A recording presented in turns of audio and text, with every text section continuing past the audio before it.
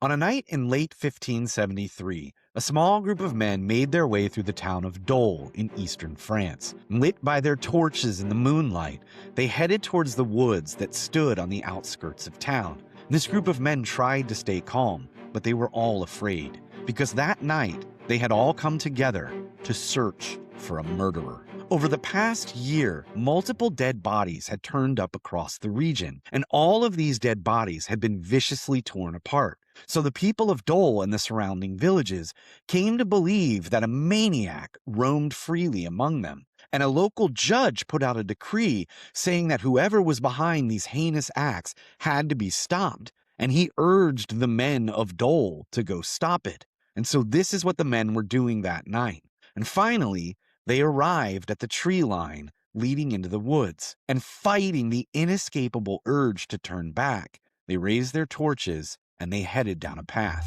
And they were afraid what they might find, because in 1573, superstitions surrounding woods and forests ran rampant across Europe. People believed the trees were home to hidden mysteries and magic, and some even claimed the devil lived there. But these men knew that the people of Dole were counting on them, so they kept heading down a path through the forest until they heard a terrible sound. It was like the sound of a large animal gnawing the flesh and bones of its prey. They swung their torches towards the sound and they started to shout, and they recognized someone they knew all too well. Gilles Garnier, a hermit who lived in the woods with his wife, was crouched over the body of a 12-year-old boy.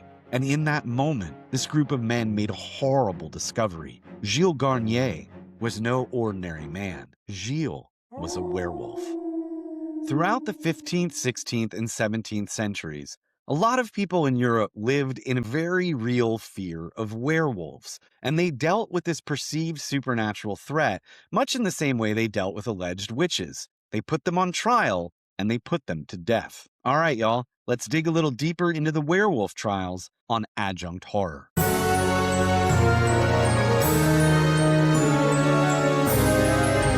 Most of us are familiar with the witch trials that took place over hundreds of years in Europe and then later in the American colonies, especially in places like Salem, Massachusetts. But in continental Europe, at the same time so-called witches were being targeted, tried, and executed, the Catholic Church, along with regional and local governments, were also hunting werewolves. Now, the witch trials of the time predominantly targeted women. These trials were often used to keep women from owning land, accruing wealth, or basically doing anything in any way at all that men deemed unfit. But the werewolf trials found a different target.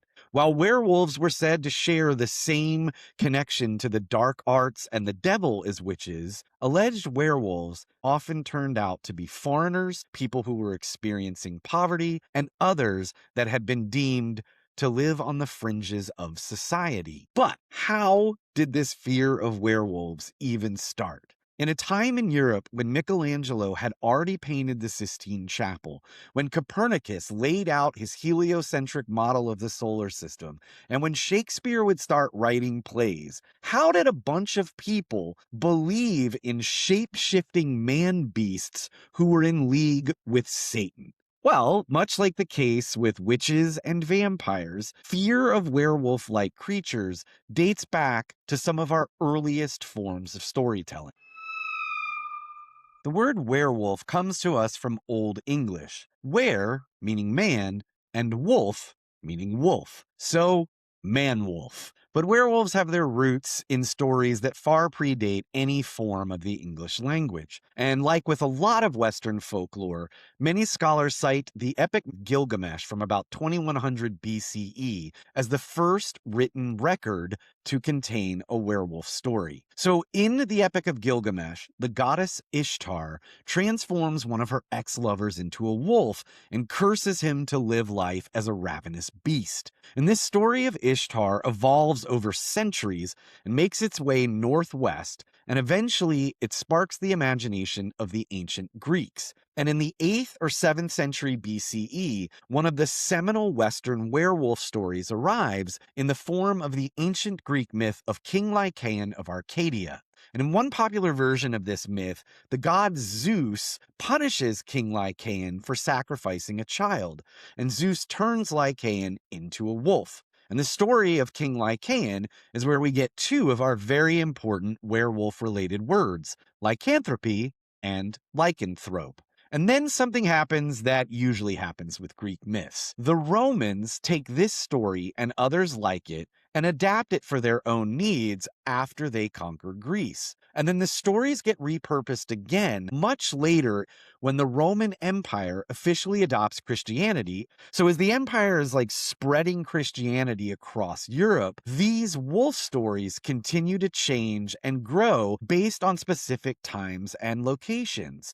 Eventually, we get these Christian cautionary tales in which demons, or sometimes the devil himself, can tempt people to accept the dark gift of shapeshifting that will allow them to transform back and forth from man into wolf using various magical means. And this is where our modern concept of werewolves really starts to take shape. And then finally, in the Middle Ages and into the Renaissance in Europe, these stories that have been passed down for generations fuel widespread superstition that demonic creatures like vampires, witches, and werewolves are somehow responsible for things like the plague and countless other horrors of the time. And this is the age of superstition that people in Dole were living in when that small group of men found Gilles Garnier in the woods, supposedly hunched over his young murder victim.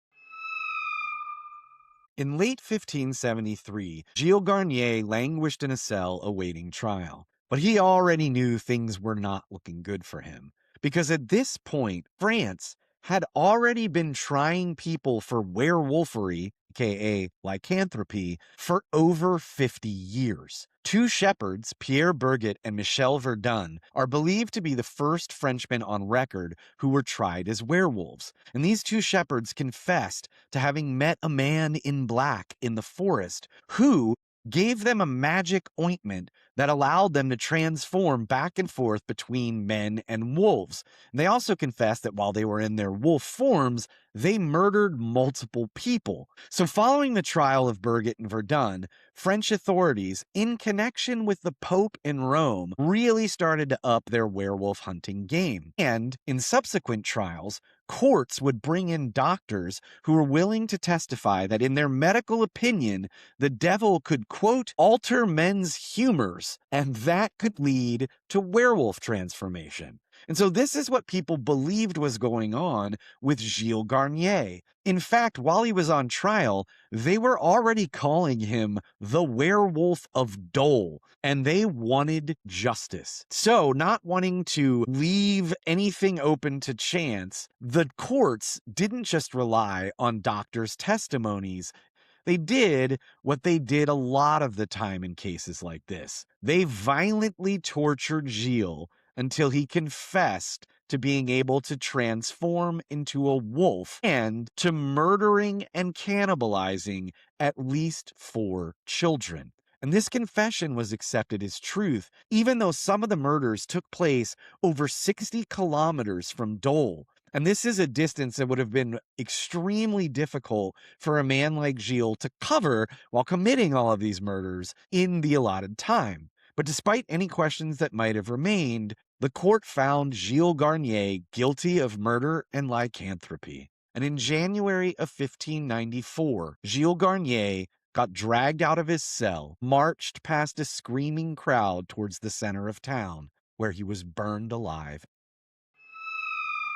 Gilles Garnier would end up being just one of many people executed during the werewolf trials. Early scholars suggested that tens of thousands of men and women had actually been put to death for werewolf-related crimes. But modern scholars suggest the number is way more likely, somewhere between 250 and 300. And they admit that a few of these alleged werewolves, including Gilles Garnier, may very well have been real-life serial killers. But they also argue that Gilles may have just been an easy scapegoat who was tortured into confessing to killings that were carried out by actual wolves, just so the local government could quell this paranoid, rabid community. Regardless of the truth surrounding Gilles Garnier, the state definitely killed hundreds of innocent people by claiming they were werewolves.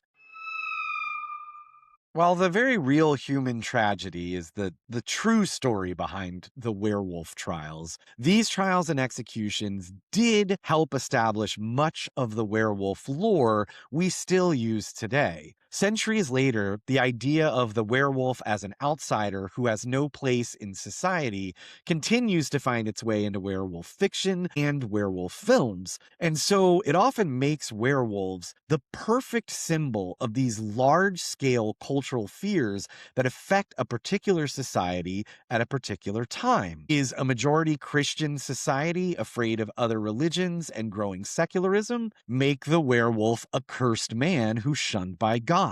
Afraid young women will grow up and embrace their own agency? Make the werewolf a super smart teenage girl who can lure boys to their demise. Afraid of bikers? Make the werewolves bikers. So, werewolf lore, much like werewolves themselves, continues to shapeshift to fit a particular culture's beliefs and to show them what they're really afraid of.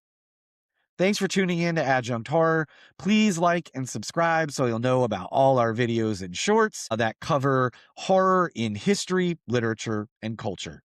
Bye, y'all.